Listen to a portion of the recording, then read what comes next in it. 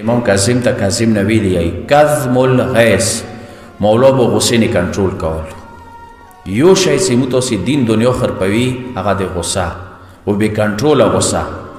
چې انسان خونې کې یا کلي کې یا جامې کې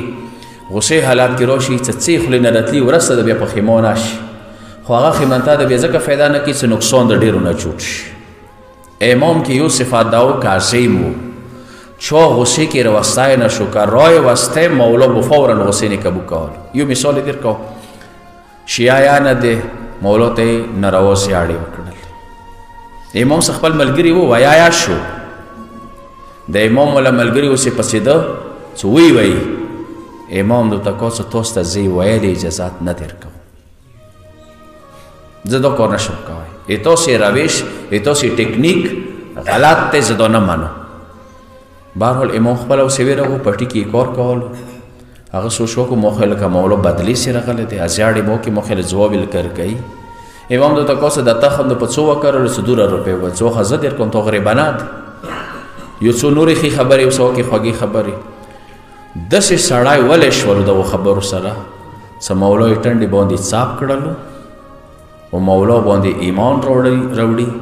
و دا جمله ظاهرا کوي چې الله اعلم حیث یجعل رسالته خدای د بهتر پیږي چې شونه امام جوړوي شونه پیغمبر جوړوي.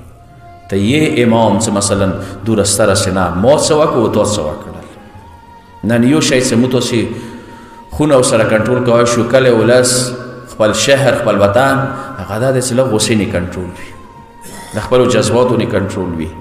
ځینې وخت کې خولې نه داسې الفاظ وسي چې ورسته انسان پښیمان شي ځکه استاد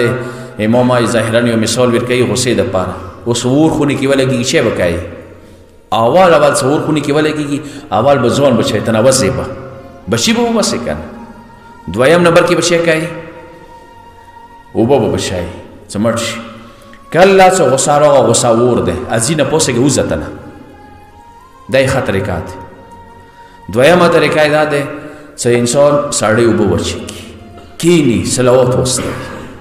ویلې دا ټوله او شیطان د نوره بیا بڼوي